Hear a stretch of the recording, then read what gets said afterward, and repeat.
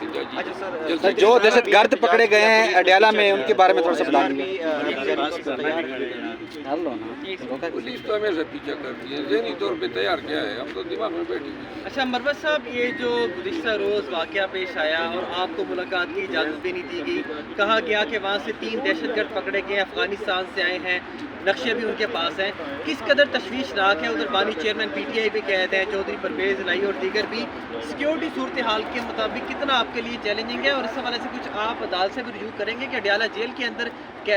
وہاں پر دہشت گرد پہنچ سکتے ہیں، تو وہاں پر خان صاحب کس طرح محفوظ ہیں؟ یہ جو خبریں آ رہی ہیں پاکستان تحریک انصاف کے لوگوں کے لیے بڑی تشویشناک ہیں کہ بارود بھی ہیں، دہشت گرد بھی ہیں،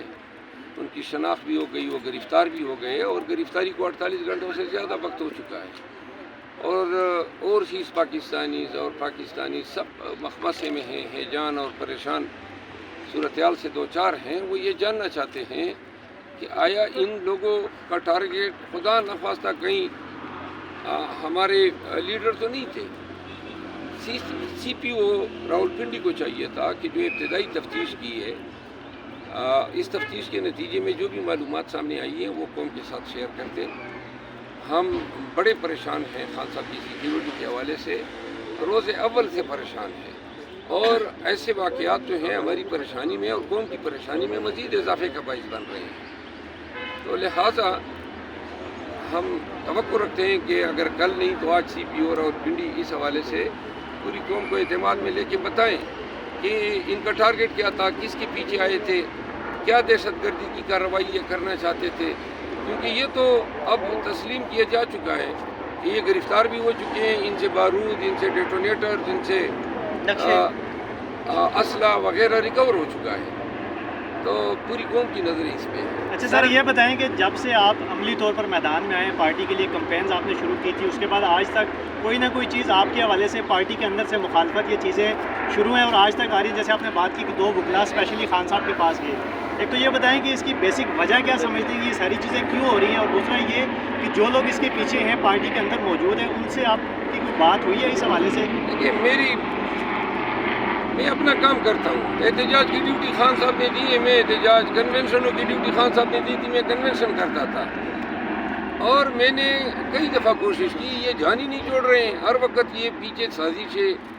اور میں نے کبھی کسی کے خان کی تعیناتی پہ کوئی عذر اٹھایا ہے؟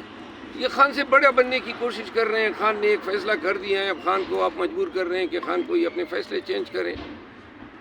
اور یہ لوگ بیسیکلی اس پارٹی میں یہ مسئلہ پیدا ہو رہا ہے، شاید یہ نہیں چاہتے ہیں کہ کوئی پارٹی میں بلند آواز ہو، لوگوں کو نکالیں اور احتجاج کے لیے ایک مؤثر آواز ہو۔ خان کے ساتھیوں کو ڈسکریج کرنے کی یہ سازش ہے، اور جو اس دن انہوں نے وکلا نے ملاقات کی اور جو جس طریقے سے بونڈے طریقے سے انہوں نے خان کو یہ بتانا چاہا کہ جی بڑی پریشانی پیدا ہو گئی ہے، لہذا پریشانی جو ہے خان کے لیے نہیں اور پارٹی کے لیے بھی پیدا کر رہے ہیں۔ آپ یہ چاہتے ہیں کہ جی آپ کے منظور نظر افراد جو ہیں صرف وہی نوازے جائیں ہر وقت۔ سر، پی ٹی آئی نیپوٹزم کے بیانیے کو رد کرتی ہے، لیکن کے پی کے میں ہم نے دیکھا ہے کہ 7 سے 8 وزراء ایسے ہیں جو پی ٹی آئی کے جو مین لیڈرشپ ہے، ان کا کوئی بھائی ہے، ان کا کوئی بھتیجا ہے یا اس طرح کا ہے، تو کہ یا یہ پی ٹی آئی کے بیانیے کی نفی نہیں ہے؟ اس میں نیپوٹزم کہاں سے ہوا؟ کیونکہ کچھ یہاں پہ یہاں پہ کوئی وفاقی وزیر لگے ہوئے ہیں، سارے اپوزیشن میں بیٹھے ہیں، سب مار کھا رہے ہیں، پرچے بھگت رہے ہیں۔ کے پی میں اگر حکومت آئی ہے تو ان لوگوں نے وہاں پہ ماسد کو سرو کرنا ہے، خدمت کرنی ہے،